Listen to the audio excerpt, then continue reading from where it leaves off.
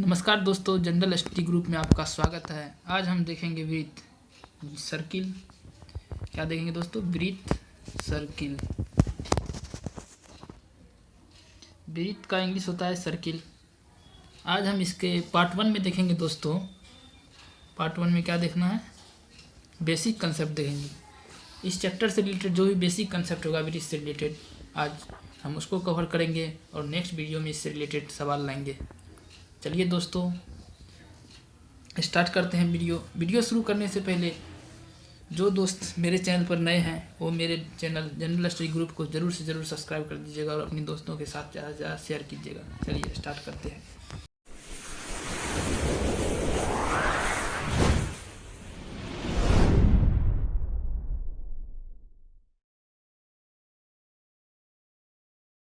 देखते हैं वृत्त किसे कहते हैं। वृत्त किसी समतल में एक स्थिर बिंदु से समान दूरी पर स्थित समस्त बिंदुओं से बनी आकृति को क्या कहेंगे? वृत्त कहेंगे। यानी मान के चलिए ये क्या है? मेरा वृत्त है। वृत्त गोल होता है दोस्तों। क्या होता है? गोल होता है पूरा पूरी, यानी सब जगह से क्या होगा? एक बिंदु लेंगे हम, उससे क्या होगा? सभी जगह जितना भी हम डॉट ये बिंदु से बना हुआ आकृति है, सभी जगह क्या होगा? सभी का दूरी क्या होगा? समान होगा। वही बोल रहे हैं किसी समतल में एक स्थिर बिंदु से, एक स्थिर बिंदु ये हो गया मेरा दोस्तों, ये समान दूरी पर स्थित, समान दूरी पर, यानी ये जो बिंदु स्थित है ये क्या है? सब समान दूरी पर है।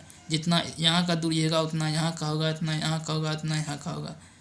तो वही समान दूरी पर स्थित समस्त बिंदुओं से बनी आकृति को क्या कहेंगे? वृत्त कहते हैं। क्या कहते हैं दोस्तों? वृत्त कहते हैं। यानी ये बिंदु से, और ये बिंदु जो है दोस्तों, ये बिंदु जो है स्थिर बिंदु, इसको वृत्त का केंद्र कहेंगे। क्या कहेंगे? वृत्त का केंद्र कहेंगे। क्या कहेंगे? स्थिर बिंदु को क्या कहेंगे? स्टार मार के लिख लेते हैं। स्थिर बिंदु या नियत बिंदु, क्या बोल सकते हैं इसको? स्थिर बिंदु या नियत बिंदु। स्थिर बिंदु को क्या कहेंगे? स्थिर बिंदु को वृत्त का केंद्र कहेंगे। वृत्त का केंद्र कहेंगे, केंद्र कहते हैं। इतना समझ आ गया दोस्तों? चलिए आगे देखते हैं। नियत दूरी होगा यहाँ से स्थिर बिंदु से, जैसे इधर का दूरी हुआ या इधर का दूरी हुआ या इधर का हुआ या इधर का हुआ या इधर का हुआ, स्थिर बिंदु से नियत दूरी को क्या कहेंगे? त्रिज्या कहेंगे। यहाँ से यहाँ का दूरी क्या हो गया?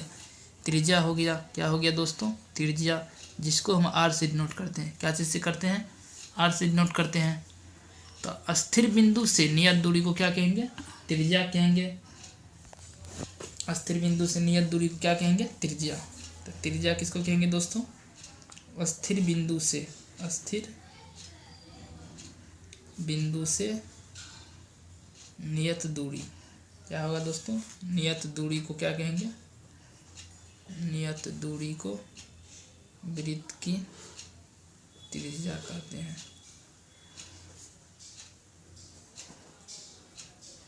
त्रिज्या कहते हैं। तो ये मेरा त्रिज्या हो गया। ये स्थिर बिंदु जो हुआ उसको क्या कहेंगे? वृत्त का केंद्र कहेंगे। चलिए आगे देखते हैं। आगे हम अब जान लेते हैं जीवा किसको कहते हैं। जीवा उसको कहेंगे एक रेखाखंड जिसके दोनों अंतः बिंदु वृत्त पर हो, जिसके दोनों अंतः बिंदु वृत्त पर हो, यानी अंतः बिंदु, अंदर का ही बिंदु क्या होगा? वृत्त पर होगा। उसको क्या कहेंगे? जीवा। जैसे यहाँ एगो बिंदु और यहाँ एगो बिंदु, ये दोनों बिंदु को मिला देते हैं, ए मान लेते हैं, बी मान लेते हैं, तो ये दोनों बिंदु क्या हो गया? ये हो गया जीवा हो गया। क्या हो गया? वृत्त का जीवा हो गया।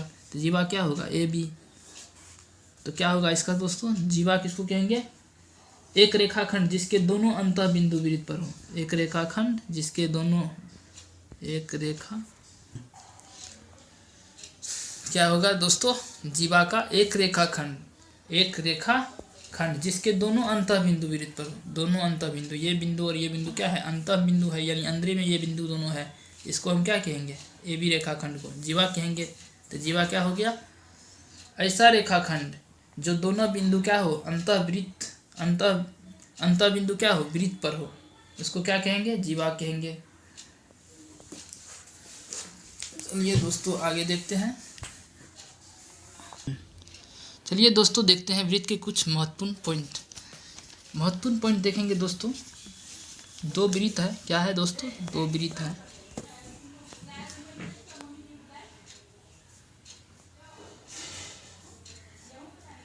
इसका ये भी है,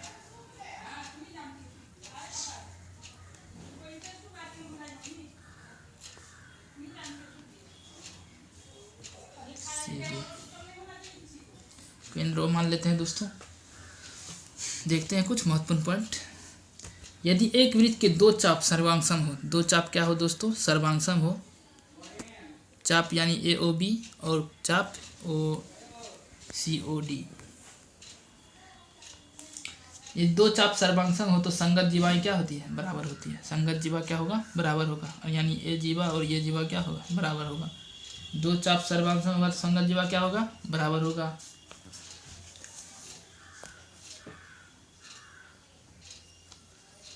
अगला पॉइंट देखिए दोस्तों, ये मेरा फर्स्ट पॉइंट था, क्या था, यदि संगत क्या होगा, दो चाप सर्वांगसम है, दो चाप क्या होगा, सर्वांगसम होगा, तो क्या होगा, संगत जीवा बराबर होगा। संगत जीवा क्या होगा, बराबर होगा।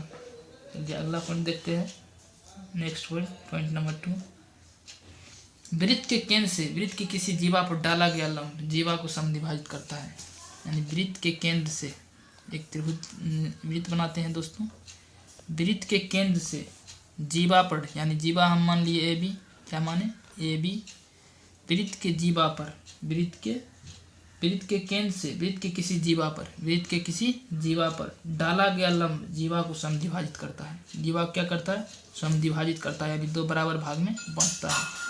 जैसे ये पूरा हम मान लेते हैं, ये पूरा मेरा x है, क्या है, x मान लेते हैं, तो लंब जो डालेगा तो x/2 होगा, ये क्या हो जाएगा, x/2, यानी समद्विभाजित करता है, दो बराबर भाग में क्या करता है दोस्तों, बांटता है। ये मेरा क्या हो गया, स्थिर बिंदु से नियत दूरी को क्या करते हैं, त्रिज्या कहते हैं। तो यहाँ से यहाँ क्या हो गया, त्रिज्या हो गया। और जीवा वृत्त के केंद्र से जीवा डालेंगे लंब, क्या करेंगे, वृत्त के केंद्र से जीवा पर जो लंब डालेंगे वो दो बराबर में क्या करेगा, बांटेगा। यही यानी पूरा x था तो मेरा ये क्या हो गया, x/2 और ये x/2, यानी दो बराबर भाग में आपस में बांटता है। चलिए ये पॉइंट समझ गए होंगे। जीवा की लंबाई निकालने, क्या कहेगा दोस्तों, जीवा की लंबाई या जीवा की दूरी, ये क्या हो गया दोस्तों, ये मेरा O मान लेते हैं, AB, हम इस पॉइंट को हम मान लेते हैं, D मान लेते हैं, तो C मान लेते हैं, ABC मान लिए। जीवा क्या हुआ दोस्तों, OC जीवा हो गया। यदि मेरा कहेगा OC निकालने के लिए, क्या कहेगा, OC निकालने के लिए, OCN जीवा है, जीवा की लंबाई निकालने के लिए कहेगा। ये मेरा क्या हो गया, चाप की लंबाई, ये चाप हो गया AB। यदि जीवा की दूरी या जीवा की लंबाई बोलेगा तो क्या हो जाएगा दोस्तों, √अंडर, सूत्र होगा इसका, एक जानते होंगे फॉर्मूला, वैसे सूत्र कोई ना है, वही सूत्र है पुराना वाला, आप लोग जरूर जानते होंगे, देख लीजिए। यहाँ मेरा 90 डिग्री है तो ये क्या हो गया, कर्ण हो गया, ये क्या हो गया, ये हो गया आधार, ये हो गया लंब। तो क्या निकालना है, लंब निकालना है। तो लंब बराबर सूत्र क्या होता है दोस्तों, कर्ण स्क्वायर माइनस आधार स्क्वायर, कर्ण स्क्वायर माइनस आधार स्क्वायर, तो वही निकालना है। तो ये निकालना था हमको, तो कर्ण में से ये घटा देंगे तो क्या हो जाएगा, ये निकल जाएगा लंब, तो वही हुआ, सूत्र कुछ नहीं है। क्या होगा, त्रिज्या का स्क्वायर माइनस A से C की दूरी, A से C की दूरी x/2, यानी बराबर दो भागों में बांटा था, x था पूरा तो x/2 हो गया आधा, यही क्या हो गया, सूत्र हो गया। सूत्र कुछ नहीं, वही है फार्मूला पाइथागोरस प्रमेय का। यहाँ से क्या निकालना था, लंब निकालना था, तो कर्ण स्क्वायर माइनस आधार स्क्वायर √अंडर। चलिए आगे का कंसेप्ट देखते हैं दोस्तों। तो देखते हैं नेक्स्ट पॉइंट नंबर 3 देखना है दोस्तों। 3 में देखेंगे दोस्तों, वृत्त के किन्हीं दो जीवाओं के लंबार्धक एक दूसरे को वृत्त के केंद्र पर काटते हैं। क्या करते हैं, वृत्त के केंद्र पर काटते हैं। अगला पॉइंट, 3 असंरेखीय बिंदु से होकर एक और केवल एक ही वृत्त खींचा जा सकता है। 3 असंरेखीय बिंदु, संरेख नहीं असंरेख बिंदु से होकर एक और केवल एक ही वृत्त खींचा जा सकता है। क्या होता है दोस्तों, एक और केवल एक ही वृत्त खींच सकते हैं 3 अनसंरेखीय बिंदु से होकर। चलिए अगला पॉइंट, एक वृत्त की समान जीवाएं केंद्र से समान दूरी पर होती है। क्या होती है दोस्तों, वृत्त का समान जीवा क्या होता है, वृत्त के केंद्र से समान दूरी पर होता है। क्या होता है, समान दूरी पर होता है। चलिए नेक्स्ट पॉइंट नंबर अगला देखते हैं।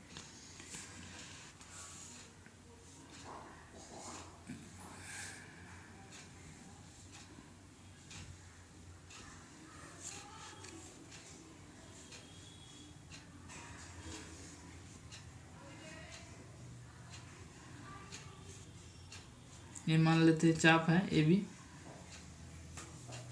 और मेरा केंद्र है, वो क्या है दोस्तों, केंद्र है।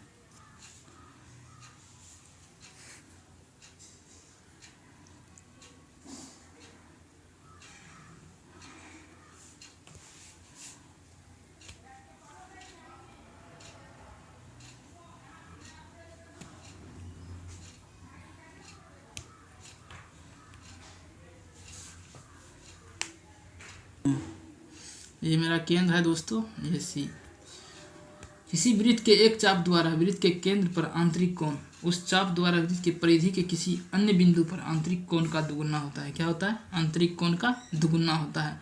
यानी परिधि के क्या हुआ, परिधि के किसी अन्य बिंदु पर, ये क्या हो गया दोस्तों, परिधि हो गया, ये मेरा हो गया केंद्र। तो क्या कंसेप्ट है इससे, किसी वृत्त के एक चाप द्वारा, किसी वृत्त के एक चाप, ये भी चाप हो गया, एक चाप द्वारा आंतरिक कोण क्या हो गया, ये कोण हो गया आंतरिक कोण ए ओ बी, ये क्या हो गया आंतरिक कोण। उस चाप द्वारा वृत्त के परिधि के किसी अन्य बिंदु पर, वृत्त के किस परिधि पर, किसी अन्य बिंदु पर, यहाँ कोई बिंदु अलग है, ये परिधि हो गया दोस्तों, किसी अन्य बिंदु पर आंतरिक कोण का दुगुना होता है। आंतरिक कोण का क्या होता है, दुगुना होता है। ये क्या, यदि थीटा होगा तो ये क्या हो जाएगा, 2 थीटा होगा, ये 30 होगा, यानी समझ लीजिए तो ये कितना हो जाएगा, 60 हो जाएगा।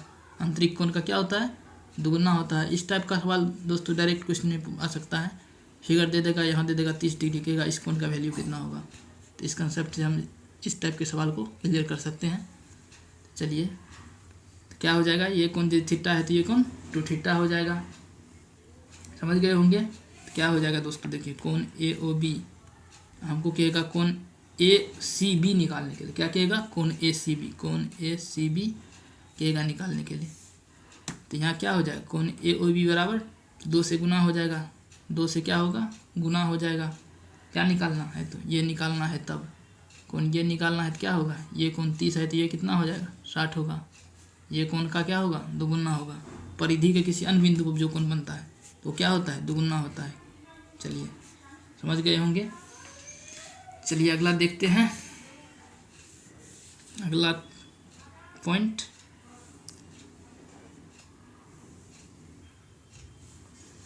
ए बी, ये क्या हो गया दोस्तों,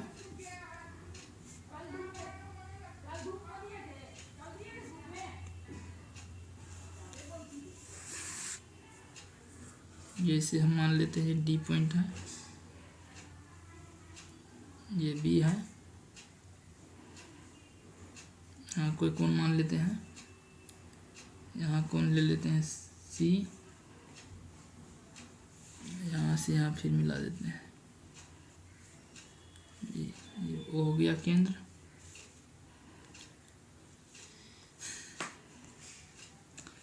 अर्धवृत्त में बना कोण समकोण होता है। क्या होता है दोस्तों, अर्धवृत्त में जो कोण बनता है वो कौन बनता है, समकोण बनता है। क्या होता है, समकोण होता है। यानी अर्धवृत्त ये क्या हो गया, यहाँ से ऊपर ये अर्धवृत्त बन रहा है, पूरा लेंगे तब न वृत्त बनेगा, पूरा लेंगे तो क्या होगा दोस्तों, वृत्त बनेगा, पूरा होगा क्या, वृत्त होगा। यहीं तक लिए, यानी व्यास है, ये क्या हो गया, वृत्त की सबसे लंबी जीवा व्यास को ही कहा जाता है। तो व्यास केंद्र से होकर जो गुजरेगा बीचों बीच, केंद्र के बीचों बीच जो लंबी जीवा गुजरेगा उसे क्या कहेंगे, व्यास कहेंगे। ये क्या हो गया, व्यास हो गया। तो ये ऊपर अर्धवृत्त हो गया, ये नीचे भी नीचे, तो यहाँ से यहाँ लेंगे तो ये अर्धवृत्त ऊपर का हो गया। तो अर्धवृत्त में जो भी कोण बनेगा, अर्धवृत्त में जो भी कोण बनेगा वो क्या होगा, समकोण होगा। क्या होगा, समकोण होगा। समकोण का अर्थ क्या होगा, 90 डिग्री। क्या होगा दोस्तों, 90 डिग्री। यदि हमको पूछ देगा कोण ए सी बी, कोण ए सी बी, यानी ये कोण का वैल्यू कितना हो जाएगा दोस्तों, 90 डिग्री होगा, डायरेक्ट आंसर। फिर कुछ देगा कोण ए डी बी कितना होगा 90 डिग्री। समझ में आ गया होगा दोस्तों। अब वृत्त से संबंधित कोई पूछता है सवाल इस टाइप का तो आप बना सकते हैं। वृत्त अर्धवृत्त में जो भी कोण बनेगा, अर्धवृत्त में जो कोण बनेगा क्या होगा दोस्तों, अर्ध में बना कोण समकोण होता है। क्या होता है, समकोण होता है। यहाँ से यदि एक पॉइंट और ले लेता है यहाँ, तो वो भी क्या होता है 90 डिग्री होता है। चलिए हो गया। चलिए अगला पॉइंट देख लेते हैं।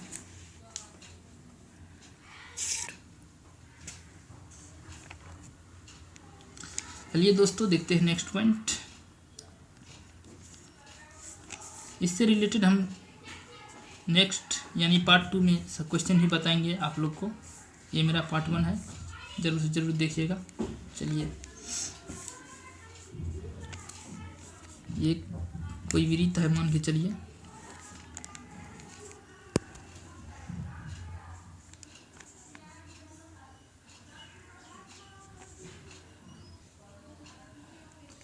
एक ही वृत्तखंड में बने कोण समान होते हैं। क्या होते हैं दोस्तों, एक ही वृत्तखंड में, यानी एक वृत्त है ये, इसी का वृत्त का खंड में बने कोण क्या होता है, समान होता है।